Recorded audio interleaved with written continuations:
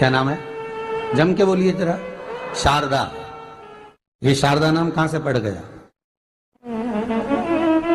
सरस्वती माता को शारदा नाम किसने दिया था? भाई नामकरण होता है तो हमारे यहाँ तो आज भी नियम है हमारा, ये बुआ कोई नाम बताती है, मामा जी कोई नाम बताते हैं और दादाजी कुछ बोलते हैं, कोई बोलेगा टिक्कू, कोई बोलेगा पिक्कू, कोई बोलेगा कुछ, सबके नाम अपने अपने रहते हैं, कोई प्रेम से क्या बोलता है। तो सरस्वती का शारदा नाम किसने प्रदान किया था? माता सरस्वती को शारदा संबोधन किसने दिया था? माता सरस्वती को शारदा का संबोधन किस समय पर प्रदान किया गया था? जिस समय पर शंकर और पार्वती भ्रमण पर निकल रहे थे और भगवान ब्रह्मदेव सरस्वती को ढूंढ रहे थे, और माता सरस्वती को ढूंढते हुए ब्रह्मा जब भगवान शंकर की साक्षी में पहुंचे हैं, तब भगवान शंकर से ब्रह्मदेव ने कहा, आप कहीं सरस्वती को देखें तो मुझे भेजिएगा, मेरे पास में भेजिएगा। शंकर भगवान ने उसी समय पार्वती से कहा, पार्वती, स्त्री जो पतिव्रता धर्म का पालन करने वाली है, एक नारी पतिव्रता धर्म का पालन करने वाली होती है, पति को परमेश्वर मानने वाली होती है, पति के चरणों का रसतत्व ग्रहण करने वाली होती है, तो वो पर पुरुष का स्मरण नहीं करती। उसी तरह एक पति जो अपनी अर्धांगिनी के साथ में रहे और अर्धांगिनी के साथ चले, तो पर नारी का स्मरण नहीं होना चाहिए। तो एक काम करो पार्वती, तुम उस सरस्वती को बुलाना प्रारंभ करो। अब पार्वती जी ने कहा, सरस्वती तो मेरी बहन जैसी है, सरस्वती तो मेरी सखी जैसी है, अब मैं उसको अगर बुलाऊं, आवाज दूं, अच्छा नहीं लगेगा। तो माता पार्वती जब ढूंढते ढूंढते ढूंढते ढूंढते शंकर भगवान के साथ में भ्रमण करती करती पहुंची, तो क्या देखती है माता पार्वती कि एक सरोवर के पास में माता सरस्वती बैठकर सरोवर में अपना मुखाग्रविंद देख रही थी। श्वेत वस्त्र था मेरा माँ का, और बड़ी सुंदर गले में माला पहन रखी थी माता सरस्वती ने, और एक सरोवर में माता सरस्वती अपने मुख को जब निहार रही हैं, उस दर्पण के भाव में अपने प्रतिबिंब को देख रही हैं, तब उस समय पर माता पार्वती ने कहा, शारदा, सरस्वती को लगा कि मेरा संबोधन ये किसने कहा, पलट कर देखा, सरस्वती ने कहा, पार्वती तुम? हाँ, मैंने तेरा जो दर्पण में प्रतिबिंब देखा है, तेरा स्वरूप देखा, पर तू इतनी सुंदर है, इतनी सुंदर है, पर तेरा जल में जो स्वरूप देखा ना, वो नीला दिखाई दिया, थोड़ा सा श्याम दिखाई दिया, इसलिए मैंने तुझे शारदा कह दिया। आज भी हमारे मध्य प्रदेश के कटनी और सतना के बीच में महियर में आज भी शारदा भवानी विराजमान है।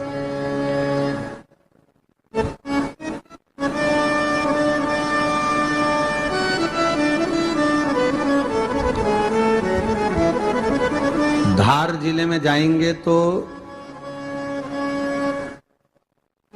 बाग क्षेत्र में मां बागेश्वरी, मां शारदा आज भी विराजमान। कहा, सरस्वती जी पूछी, पार्वती तुमने मेरे को शारदा क्यों कहा? क्योंकि तेरा जो प्रतिबिंब था वो श्याम नजर आ रहा था मुझे।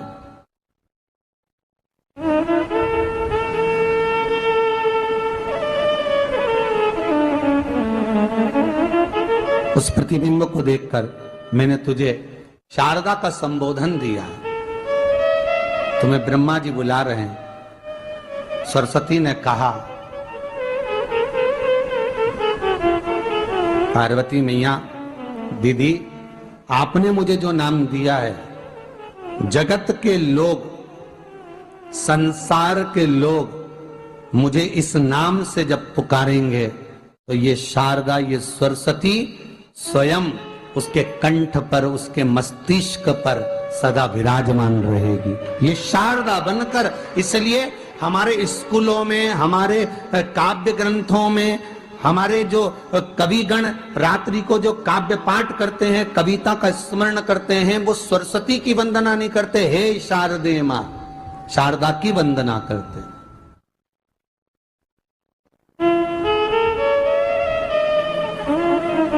कभी आपसे कोई पूछ ले कि शारदा नाम पार्वती सरस्वती का कब पड़ा, तो आप बता सकते हो कि ये माता शारदा नाम कोई सहज नहीं है। माँ ढूंढने के लिए जब निकली ब्रह्मदेव के कहने पर भगवान शिव के साथ भ्रमण करती, नाम का उच्चारण कोई सहज नहीं होता। कोई देखता होगा, दादाजी ने अगर किसी का नाम कुछ रखा है तो कुछ सोच के रखा होगा, पिताजी ने अगर कुछ रखा है तो उसके मन में कुछ आया होगा तो रखा होगा, मम्मी ने अगर कोई नाम रखा है तो उसने कोई विचार कर कर रखा होगा। कोई नाम अगर किसी का रखा जाता है तो उसके अनुकूल रखा जाता है कि हो सकता है कि वो नाम की क्या उसके मन में चल रहा होगा। तो शारदा का संबोधन कोई सहज नहीं है। माता सरस्वती का एक नाम शारदा हुआ, इसलिए संबोधन में सरस्वती कम शारदे मां ज्यादा बोला जाता है। आप कब्द पाठ कर लो, नाम जाप कर लो, स्मरण कर लो।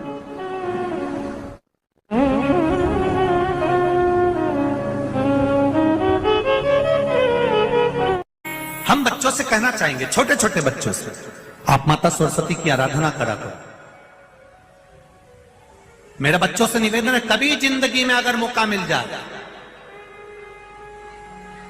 और सरसों के फूल यदि आपके जीवन में आपको कहीं से प्राप्त हो जाए, सरसों के फूल जानते हो ना, पीला कलर का होता है सरसों का फूल, आप प्रयास करो सरसों का फूल। जिस दिन माता सरस्वती का, मेरी बागेश्वरी का जिस दिन प्रागट्य उत्सव हो बसंत पंचमी का, उस समय पर माता सरस्वती का स्मरण कर कर वो सरसों का फूल आप देव अधिदेव महादेव को चढ़ाइए। जैसे माता सरस्वती को ज्ञान दिया था वैसा मेरा महादेव आपको भी ज्ञान दे। वो सरसों का फूल आप देव अधिदेव महादेव को समर्पित। कई जगह पर आम के जो झूमर होते हैं वो, कई जगह पर सरसों का पुष्प, सरसों का फूल वैसे शिव महापुराण के अनुसार अगर अपन देखें तो बड़े रोग में भी कारगर होता है। जिसको कैंसर जैसा रोग हो जाता है या किडनी लीवर जिसका डैमेज हो जाता है, इसके लिए हमने पहले भी कथाओं में वर्णन किया है। बसंत पंचमी का दिन, महाराज सरस्वती का दिन, जिस दिन जो बच्चा पढ़ने में कमजोर होता है उसके हाथ से बसंत पंचमी के दिन सरसों के 31 फूल शंकर जी को चढ़ा दिए जाते हैं तो बच्चा पढ़ने में अव्वल निकल जाता है। उसके बच्चे को कभी नहीं कह सकते कि पढ़ने बैठ, वो खुद बैठेगा। केवल आज बसंत पंचमी का दिन, एक ही दिन चढ़ता है। और बाकी के सरसों के फूल आपको मालूम है कि रोग मुक्ति के लिए तो होते ही हैं। ये तो आपको पहले भी वर्णन किया महाराज कि जब कोई एकदम रोग आ जाए और डॉक्टर एकदम बोल दे कि ये रोग भारी आ गया है और इसकी जांचें जाएंगी और फिर ये कुछ भी हो सकता है, तो क्या करा जाता था कि 108 सरसों के फूल लाकर तुरंत शंकर भगवान को चढ़ाए जाते थे महाराज। तो चढ़ाने के बाद में रिपोर्ट अच्छी आती है। ऐसा नियम है। कहीं ठेका, कोई ठेकेदारी करते हैं ना, जो ठेका भरते हैं कि भाई मेरा टेंडर आना चाहिए, मेरा ये काम होना चाहिए, मेरी मल्टी बनना चाहिए, या मेरा ये काम के लिए जा रहा हूं, ये काम फतेह होना चाहिए, उसके सबके हाथ पैर जोड़ने से अच्छा है एक काम करो, बस 108 सरसों के फूल उठाओ, शंकर जी का उद्धतेश्वर महादेव का नाम लिखो और छोड़ दो, शिव जी के ऊपर एक एक कर कर चढ़ा दो, वो ठेका तुम्हें ही मिलेगा, वो काम तुम्हारे पास ही आएगा। बस केवल अवधूतेश्वर मां, अर्थात ये जो क्रम है, ये वो क्रम तो 108 सरसों के फूल का आप कभी भी कर सकते हो, पर जो ये बच्चों के लिए किया जाता है वो केवल बसंत पंचमी के दिन ही होता है। शिव को प्रिय है पुष्प में आंक का पुष्प, जो आंकड़े का पुष्प होता है शंकर को बड़ा प्रिय है। और दूसरे नंबर पर शंकर को प्रिय है शमी का पुष्प, बहुत प्रयास करा करो। तीसरे नंबर पर शंकर को प्रिय है महाराज शंकर भगवान पर चढ़ाना प्रारंभ कर दो। जो राई अपन महाराज सरसों बोते उसमें पीले कलर का जो पुष्प लगता है, भर हमारा बड़ी बीमारी है जब तक सरसों आए, अगर सरसों के फूल शिव को चढ़ रहे हैं तो, और प्रयास करना कि सरसों का जो पुष्प होता है, सरसों का जो फूल होता है महाराज, अगर कोई व्यक्ति को किडनी या लीवर से जुड़ी हुई कोई तकलीफ होती है या किसी व्यक्ति का एक्सीडेंट हो गया होता है और उसका कोई अंग रह गया हो, कोई शरीर का कोई भाग रह गया, और वो काम नहीं कर रहा हो, जैसे किसी के पांव रह जाते हैं एक्सीडेंट के बाद, किसी का हाथ रह जाता है, या कोई अंग काम नहीं कर रहा हो, वहाँ ब्लड पहुँच नहीं रहा हो, वो जगह एकदम सुन्न हो गई हो, खाली पड़ गई हो, तो उसके लिए शिव महापुराण की कथा कहती है कि सरसों के पुष्प 11 शंकर जी के राइट भाग में, जहाँ शिव जी के गण दरवाजे के द्वारपाल मणिभद्र जिस जगह पर निवास करते हैं, कौन निवास करते हैं? मणिभद्र। शंकर जी के दरवाजे के द्वारपाल हैं मणिभद्र जी, तो मणिभद्र दरवाजे के द्वारपाल में राइट भाग में मणिभद्र जी विराजते हैं। मतलब राइट भाग कौन सा हुआ? जब आप मंदिर से बाहर निकलेंगे तो राइट भाग, मंदिर में प्रवेश करेंगे जब राइट नहीं होना चाहिए, आप मंदिर से जब जाएं तो राइट भाग।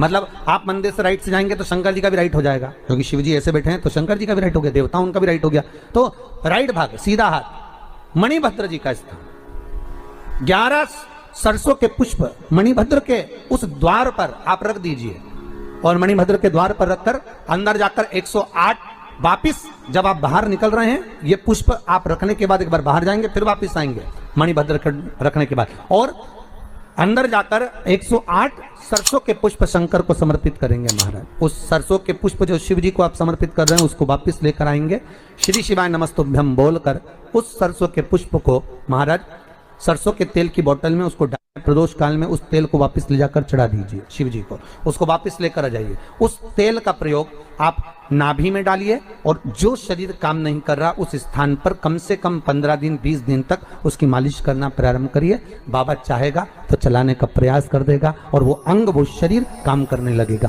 मणिभद्र का स्मरण, श्री शिवाय नमस्तुभ्यम, सब बोलिए एक बार जमकर, श्री, अरे पहले बोल दिया, हमारे साथ तो बोलो, श्री शिवाय नमस्तुभ्यम।